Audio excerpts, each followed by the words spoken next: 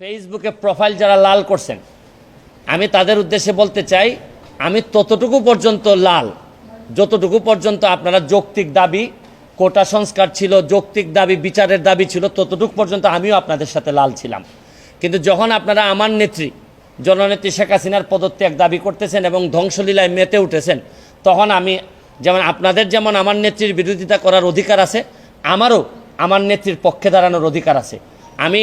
এই সস্তা জনপ্রিয়তার জন্য এখানে ভাইরাল হইতে আসি নাই আমি জানি যে এখন দেখা যাচ্ছে যে এমন একটা অবস্থা যে আপনি ফেসবুকটা এমন যেমন ধরেন আমার মাননীয় প্রধানমন্ত্রী বলতেন যে আমি ফেসবুক এমপি আমি যদি ফেসবুক এমপি হিসেবে চিন্তা করতাম তাহলে ফেসবুকে তো এখন পুরাটাই দখল করে রাখছে হচ্ছে গিয়ে এই জামাতের লোকজন সবচেয়ে বেশি দখল করে আছে তা আমি এখন সরকারের বিরুদ্ধে একটা কথা বললে আমার তো বলার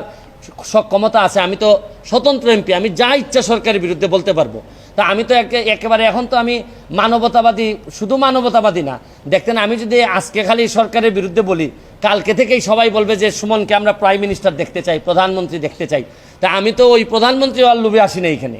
আমার রাইট রং বোঝার ক্ষমতা হয়েছে আমি পড়াশোনা করে ব্যারিস্টার হয়েছি আপনারা বলতে পারেন যে আমার পড়াশোনা খুবই খারাপ মান খুবই খারাপ কিন্তু এইটা আমি আপনাদেরকে জিজ্ঞেস করতে চাই প্রধানমন্ত্রীরা আপনারা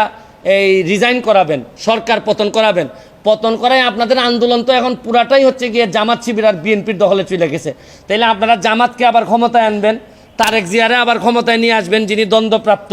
তাইলে আপনারা যদি এইগুলো আনেন তাহলে আজকে আপনারা এক দফা চাচ্ছেন এক দফায় কি মনে করলাম যে আপনাদের এক দফায় আমি মেনে নিলাম মাননীয় প্রধানমন্ত্রীকে বললাম যে আপনি কি করেন পদত্যাগ করেন ছাত্ররা মারা যাচ্ছে এই নেশিন আমরা বললাম তারে স্বতন্ত্র এমপি হিসাবে আমি তারে বললাম আজকে যারা এক দফা দিচ্ছে কালকে এরা আরেকটা দফা দিবে দিয়া বলবে যে আপনি আওয়ামী লীগ করা বন্ধ করেন এই দেশে কেউ আওয়ামী লীগ করতে পারবে না 2 দিন পরে বলবে যে এই দেশে মুক্তিযুদ্ধের চেতনা থাকবে না এরা একটার পর একটা দফা তো আপনি যদি সব সারেন্ডার করে মেনে নেন তাহলে আমরা যাব কোথায় আমি তো কোনো সংঘাত চাই না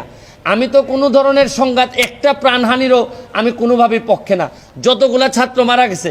তাদের প্রতিটা ছাত্রের আত্মার মাগফিরাত কামনা করা এবং বিচারের ব্যবস্থা করার জন্য আমি সবচেয়ে শুনেন এখন হয়েছে কি দুর্নীতির বিরুদ্ধে যুদ্ধ তো নাই এখন তো নতুন আরেক যুদ্ধ তৈরি হয়েছে দুর্নীতির বিরুদ্ধে যুদ্ধ শেষ দুর্নীতিবাজরা তো যে যার মতো করে সেফ আছে অনেক দুর্নীতিবাজ হয়তো দেশ ছেড়ে দিবে এদের তো কোনো ঝামেলা নাই মরবে হচ্ছে গিয়ে যে যারা এই